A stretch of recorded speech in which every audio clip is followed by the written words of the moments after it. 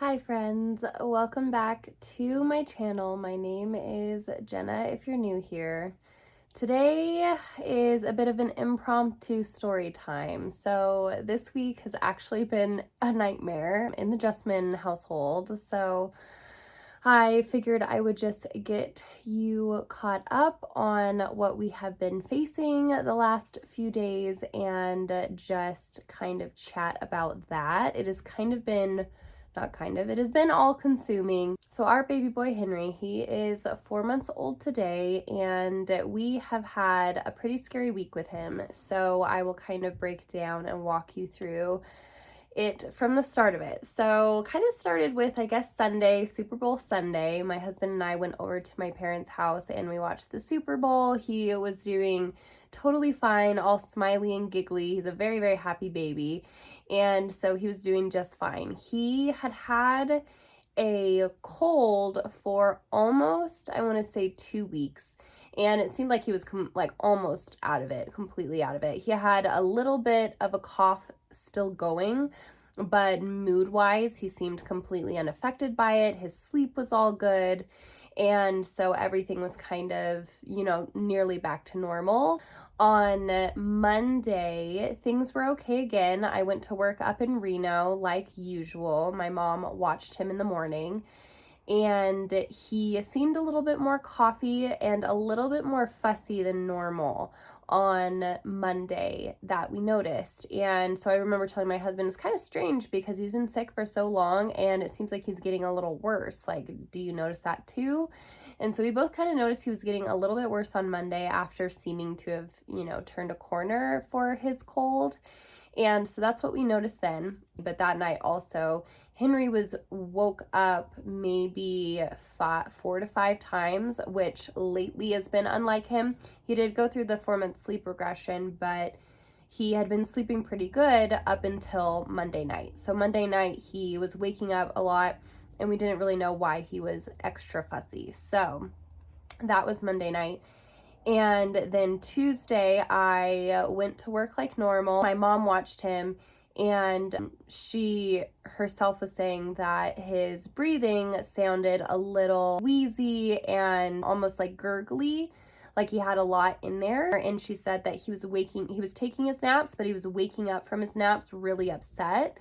And I thought that was odd. And then I noticed that for the rest of the day on Tuesday, that he was just waking up from his naps really crying. And so by the time my husband got home on Tuesday, I was a little bit worried, and we were kind of watching out for him. We were trying to have our Valentine's Day dinner. So Paul came home, he surprised me with flowers and chocolates, and we did a little evening meal in, and we were going to go to small group later after that. So we had kind of like a little fancy dinner for 2 in, but we were starting to get more and more concerned, and Henry's breathing was becoming really loud. So it was really crackly, really loud, and we were getting really concerned for him. Our sister-in-law is actually a nurse, so we were consulting with her. We were texting her videos of Henry's breathing because we noticed that we started thinking, like, is this some kind of breathing issue? And our first thought was, is this potentially RSV?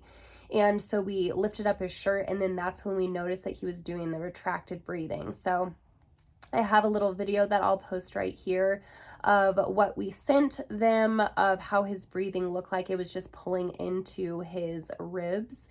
And so we were really worried about his labored breathing at that point. So we decided to skip small group, but it seemed like he was just getting progressively worse. And we tried to find an oximeter reading. And so we went out, we found one that was for adults. It didn't fit children. There was none locally that could fit children. So we couldn't actually check his oxygen levels, which is what we were trying to do. And so then when we started getting more concerned, and so we didn't know, we were bouncing back and forth. We were getting advice from our sister-in-law to just go ahead and go in to the ER to see if we could get him checked out. And so at 10 o'clock, after, trying to set him down for naps, noticing a lot of difficulty, we decide we're gonna go to the ER. And so we were both kind of really concerned for doing that. I am not like a hospital ready person. I don't love going to the hospital. I mean, no one does, but I had a home birth. I have never actually been in a hospital myself. I've only ever visited my great grandma in a hospital. That is the only other time I've ever stepped foot in a hospital. So for me, it's just hospital's a last resort, but something happens when you're a mom or a parent and you have a baby and they can't communicate and they can't tell you what they're going through. You just have to read the signs, and all the signs were pointing towards respiratory distress that we just kept working ourselves up, and we're like, this is scary. So we started heading to the emergency room at 10 o'clock, and by the time we had reached the emergency room, he was dead asleep in the car. And so I was like, he's sleeping now. He seems so content. I don't want to disturb him. I don't feel good about going in. Let's just turn around and try to get through tonight and call our pediatrician tomorrow morning and see if we can get into the pediatrician tomorrow morning. And so we're like, okay, we'll try that. And so we turned around, we went home, and we just decided to take shifts with him because he was so fussy. And so we started taking 2-hour shifts with him that night. But throughout the night, his breathing became more labored than it was. When my husband and I were switching our shifts at 4 a.m., that's when my husband started getting really concerned as well. He said it looked like Henry was pausing between breaths as well. And so we decided after all to just go ahead and go into the emergency room. We had just seen so many signs of respiratory distress. We didn't know how to help him. We didn't know what was going on. So we wanted to make sure that he got the help that he needed. By 5 a.m., we were walking into the ER. We got checked in about 45 minutes later.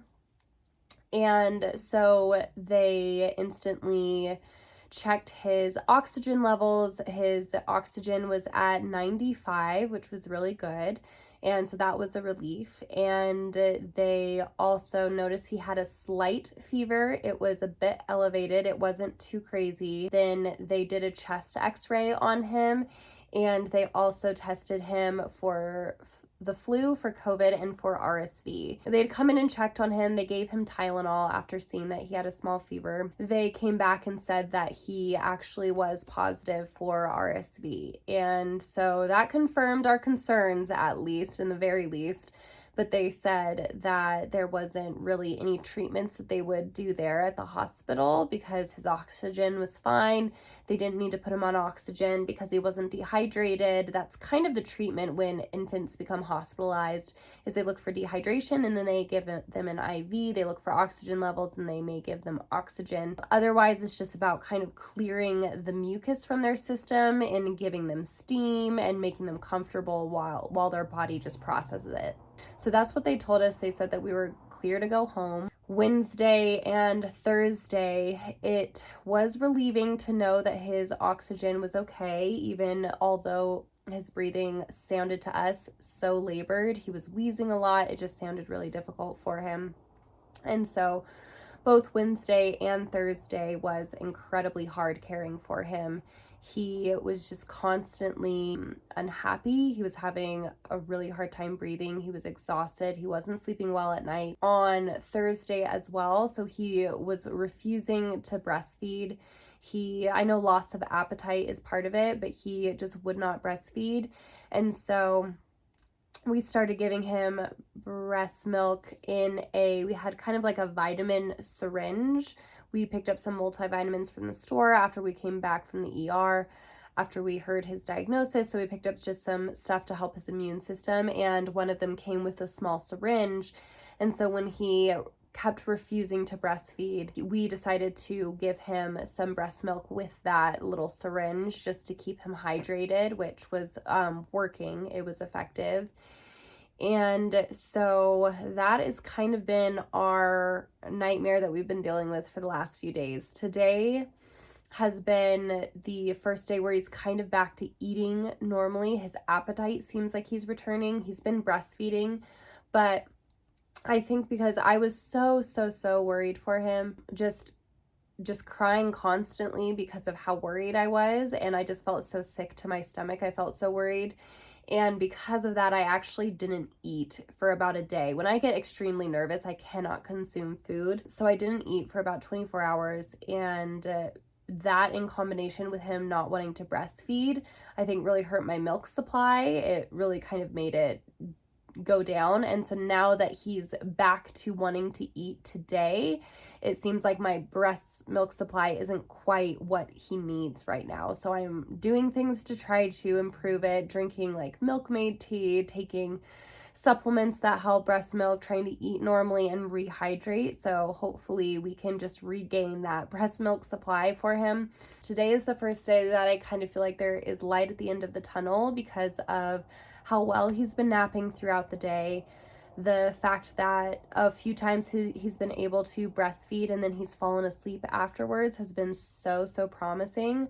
On Thursday, it was so difficult because he was hungry and he was trying to breastfeed, but I think it's because he was having so much mucus and so much that he was coughing up that after he would feed, he would throw up every time I fed him on Thursday. And so I was getting really concerned that he was going to get really dehydrated. So thankfully the little syringe method kept it so that he was still staying hydrated, and we were counting his wet diapers and everything, and he was still producing wet diapers every few hours, every maybe 4 to 5 hours he was having a wet diaper still. So we knew he was staying okay hydrated. But that was just breaking my heart, is seeing him trying to eat and then not being able to because he just kept throwing it up and then being in so much pain while he was throwing up. It was so sad. Thankfully, we're heading into the weekend because my husband has been at work he took the first day off work to help me, but the other 2 he had to go back. And so I have been dealing with hours of trying to help a sick, sad baby. We read that the most difficult days with RSV is typically between day 3 and day 5, and right now it is the end of day 5. And so I am just really hoping that he's going to continue eating well, and thankfully my husband will be here this weekend, so I will not be doing it alone. He has given me a couple smiles today, which is so relieving because there is a day there where he wouldn't smile once, and he is such a happy smiley baby. And so the fact that like he is just so miserable, he can't even, get a single smile out, is so sad.